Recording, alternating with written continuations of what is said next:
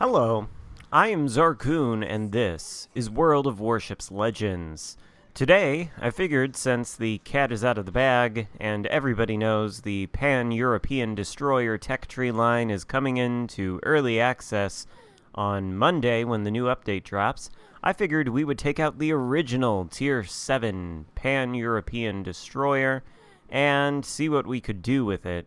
And I think this game sort of demonstrates a pretty important theme, which is that the Destroyer's job really isn't about farming tons and tons of damage, although we are going to farm fairly respectable amount of damage with the Friesland here.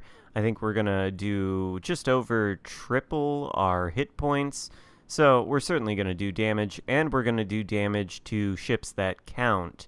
Namely, I believe, damage to destroyers. But rather than focusing on the raw number of damage that we have at the end, we're going to focus on playing the objectives and doing what we need to do in order to ensure the win for our team.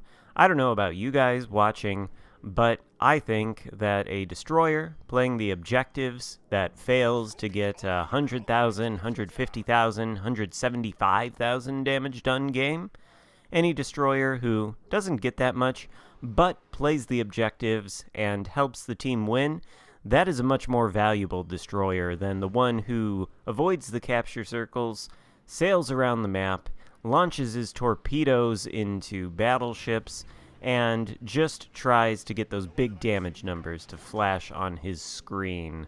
That is not what I'm trying to do. Now, unfortunately, I've been driven out of this Bravo cap because of the Asashio. The build I'm running here on the Friesland is actually the new Universal Pan-European Destroyer Commander Helfrich, I believe his name is. And because I don't have him quite at a high enough level, or at least I don't have his concealment skill fully buffed, my concealment is, 5.8 kilometers or so? And thus the Asashio is able to outspot me. So as soon as I was spotted, I was driven out of the cap. The Asashio has now been driven out of the cap. Trying to get some fire on him, we managed to land a shell.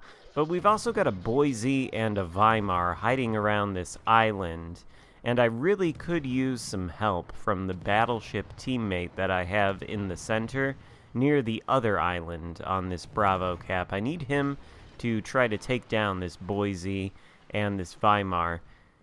The Weimar and the Boise are playing this game, and yet neither of them have lost any hit points. I don't think that battleship is necessarily prevented from having shots on them, but one thing to say about battleship gameplay is a lot of people tell you that destroyers ought to be out there supporting their battleships. No, I think it's exactly the other way around. The destroyer is a much more important vessel overall in terms of battle impact than the battleship is. The destroyer is the one that's going to take the caps. Is this battleship going to sail into Bravo and flip it for me? I don't think so. Well, he might join me inside of the cap and assist me in flipping it, but I'm going to be the one gaining the majority of capture points here. Finally, that Boise has got some attention. Looks like my teammates have flipped Charlie, and we've got 2 or 3 battleships over between Bravo and Charlie. They're shooting at the Boise. He's distracted. He's got his guns pointed at them. So if we open up fire here with our AP, it's unlikely he's going to turn to shoot us, and we can help farm this Boise down while still taking this capture circle. 14 seconds away from doing so. We're keeping an eye on the map at all times and zooming out periodically to make sure that Weimar doesn't pull forward just a little bit more so he can get shots into us. Boise goes down. Weimar did not pull forward. In fact, he is shooting at the collection of my teammates between Bravo and Charlie, and so we're going to open up fire on him as well while reversing into the cap, which we have thus far successfully secured. Charlie, by the way, is also blue, but it is starting to turn red, and the ship count is, well, I was going to say it's even right now, but we are down 4 ships versus 2 enemy ships. A lot of people think the Friesland sort of sucks for carrying games. in the sense that it doesn't have torpedoes, and therefore it really does not have that big alpha strike necessary to take down larger ships in an instant when they're being hit by a number of torpedoes. It can only rely on its 4 guns, which admittedly do have a rapid rate of fire, but they are just destroyer caliber guns, and they're only going to do damage over time if their high explosive or armor piercing shells actually score penetrating hits, or of course if they light fires. Now, though, that Bravo seems to be fully within our grasp and the Weimar has pulled away, we've got our 4 remaining teammates right in the center of the map, and we appear to have enemies still on both flanks of the map. So my team, their positioning isn't necessarily ideal here. They're surrounded on all sides by battleships. We still do have one battleship down there by Alpha, but as you can see, he's being pursued by the other enemy destroyer who is not the Asashio. And as far as we know, the Asashio's still lurking around somewhere in this corner of the map. Meanwhile, there is a Francesco Caracciolo on very low health. Looks like he's inside of his smoke screen, so we immediately open fire on him, knowing we are probably not going to get spotted, and hopefully we're going to be able to light a fire or two. The reason I'm actually using Conrad Helfrich as the commander on this build right now is because he, of course, as a universal commander, has a skill in his first row that buffs the fire chance by 2% when fully maxed. And the Friesland's base fire chance is 8%, which is fantastic for guns that reload in less than 2 seconds. However, with that skill in play, the fire chance is 10%, again with guns that load in less than 2 seconds. So the fire chance is actually quite astronomical, and you're pretty much guaranteed, almost it feels like, to get a fire on this build every time you open fire on a ship and hit them for long enough. In fact, it's pretty easy to get multiple fires. So easy, in fact, that we are now trying to aim at this Gneisenau's bow specifically, because we've lit a fire in the middle of his ship, it's still burning, and the bow is ripe for being lit on fire as well. I think we actually have 2 fires burning on that Gneisenau, one in the center of the ship and one on the rear. We just need that bow to catch, and there it goes. And that is enough to take the Gneisenau down. This side of the map is completely clear, apart from the Asashio, who was last spotted up north. That could be a bit of a problem for the battleship we have in Charlie, but there is an example of a battleship doing something very valuable to the team, and that is taking the Charlie cap. I don't think he's going to go down to the Asashio, at least not yet. And the good news here is that even though we were far, far behind from the enemy team on kills, we're now even on kills, and the composition of teams is almost equal here. It's 1 battleship, 1 cruiser, and 1 destroyer on my side, all 3 of the classic classes hopefully working in tandem together. This Fiji is here to support me, I'm pretty sure. At the very beginning of the battle, he pinged the team to support me, which indicates to me that he may be a watcher of this channel, and in fact, he's going to come in very, very handy at the end of the game as well. Meanwhile, the last remaining battleship is retreating from Charlie, and on the enemy team, we have that Asashio, and we have 2 remaining enemy battleships. Now, we can't see them. The 2 battleships were on the Alpha Cap side of the map, and the Asashio, well now, he is in Bravo, and there's his smoke screen, giving his position away with basic certainty, honestly. So we're going to charge right for that smoke screen, and we're hoping that we're going to be able to spot the remaining battleships between the gaps in the islands around Bravo. We're also going to hope that the Asashio stays in his smoke screen, but he's actually doing the smart thing and retreating. The cap is no longer turning red.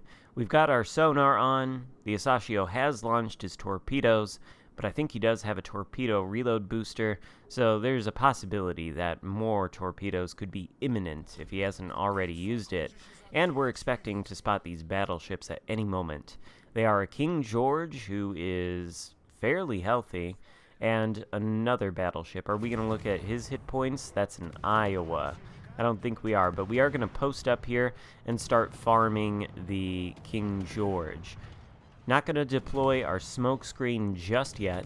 We only have one more of those left, and we want to be sure we're saving it for exactly the right moment.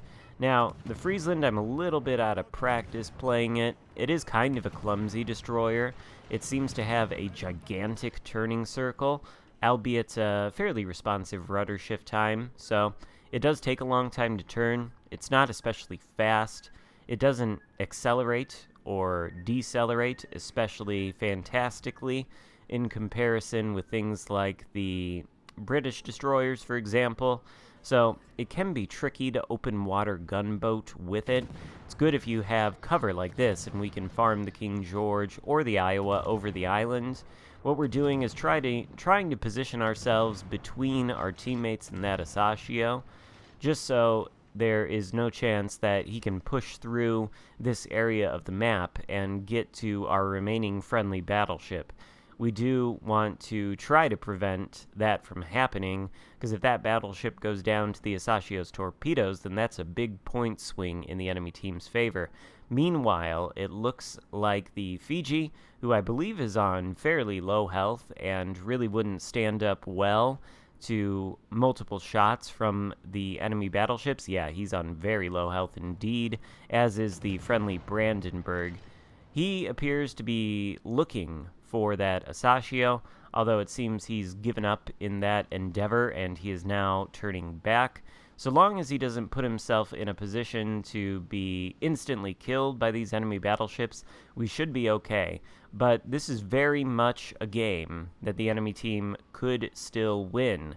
They're only behind by a little over 100 points, and this Brandenburg is a one-shot kill.